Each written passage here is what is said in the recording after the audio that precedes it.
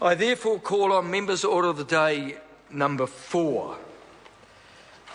Privacy, Giving Privacy Commissioner Necessary Tools Amendment Bill, first reading. Mr Speaker, I call the Honourable Member Sue Moroney. I move that the Giving the Privacy Commissioner the Necessary Tools Amendment Bill be now read a first time, and I nominate the Justice and Electoral Select Committee consider the bill, as I hear they don't have much work in front of them. Mr Speaker, this government has been playing fast and loose with the privacy of New Zealanders.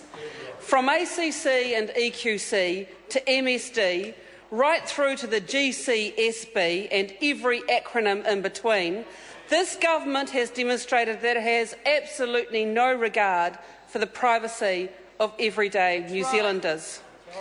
And yet they would have us believe that the litany of privacy breaches are the result of human error performed by some inept, faceless public servants.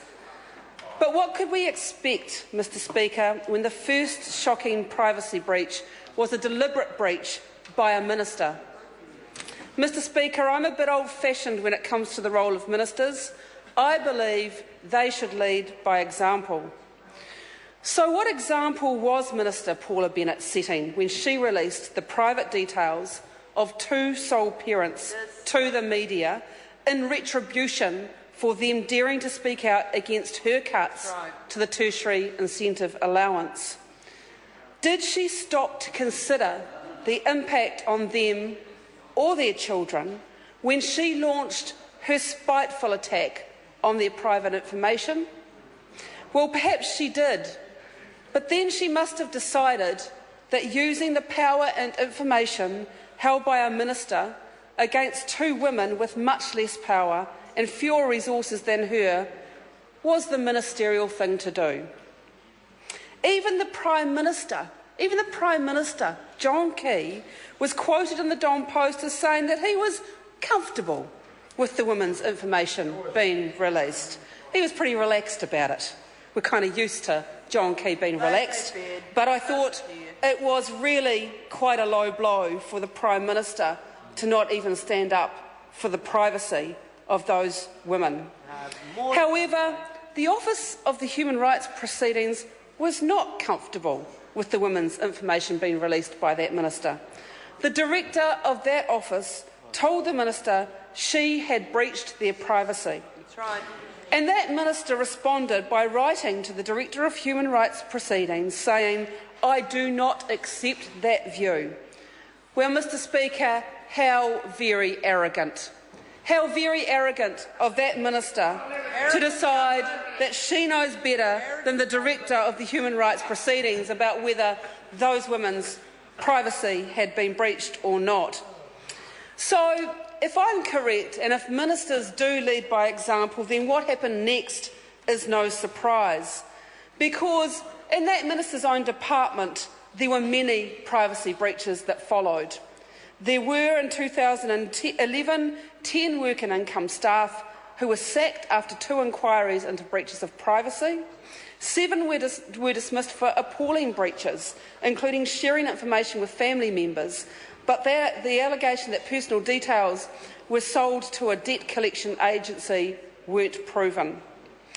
3 people were sacked from that minister's own department for breaching the zero tolerance policy, for one of them emailing their partner about a client, another of them emailing someone in another government department, and the third of them accessing and processing records of people they knew.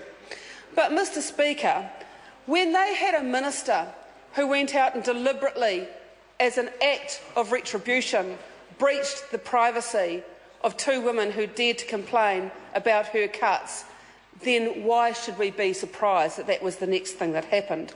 And of course it was also MSD where the infamous privacy breach happened with the new system that they had in place where people could go and access their own information on a computer screen. Of course what happened was that they had taken such a lax approach to it that other people were able to actually get sensitive information about other clients of work and income and their private information, and the rest of that is history.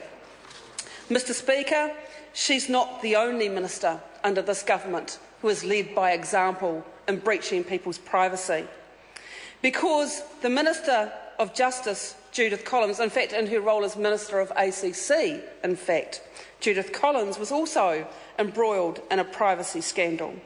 This was the ACC information that related to a complaint by Bronwyn Puller.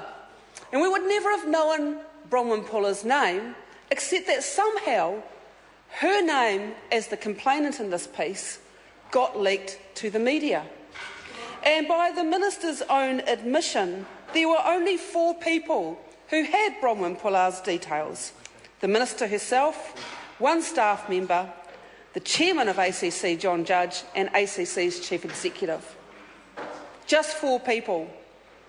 And we still do not know to this day which of those 4 people leaked that information. Well, I haven't seen it publicly disclosed, but I think we can all guess what the answer would be. Because even Michelle Bogue, who's closely associated to the National Party, in fact a former president, said, when you can't send a communication to a government minister without fearing that the privacy of that communication is going to be breached, that's very, very dangerous. And that was Michelle Bogue, a friend of the National Party, and what she had to say when commenting on how Bronwyn Puller's information happened to get in front of the media. But, Mr Speaker, while I'm speaking about Judith Collins, she promised during Privacy Awareness Week 2012, to a conference that she spoke at during that Awareness Week, she promised in 2012 that during the first half of 2013 she would have tabled in this House a privacy bill that would replace the outdated Privacy Act. Well, we're heading into November and we still have seen hide nor hair of that bill. Lazy minister, lazy government, obviously not on top of this issue and not taking privacy issues seriously. So what does this bill do? Because any member, any party who is taking privacy breaches seriously will be supporting this bill tonight. If parties do not support it, they cannot get up and say that they take privacy breaches seriously. So I look forward to the government's support on it. What the bill does, it does 2 things, and 2 things that were recommended, in fact, by the much maligned Law Commission. The Law Commission that the National Party have just spent the last hour maligning in this Parliament, but they do indeed some very, very good work. The 2 measures in this bill are the following things. First of all, the bill gives the Privacy Commissioner the ability to investigate any privacy breach without having had an individual had to complain to her first. Very important, because often, as with the sole mothers in the example that I gave before, people actually don't want to make complaints, particularly against ministers and the power relationship involved in that. So it's very difficult for individuals to make complaints. The second measure that it brings in is that the Privacy Commissioner can actually require agencies to do particular things to fix up their privacy settings within their organisations. Currently, as the law stands, Mr Speaker, the Privacy Commissioner can make recommendations, but agencies don't have to take any heed of that. This bill will fix it. It is an important step forward for actually getting to the heart of this litany of privacy breaches that have been happening under this government, and I know that parties who take these privacy breaches seriously will indeed use this opportunity tonight to support this legislation.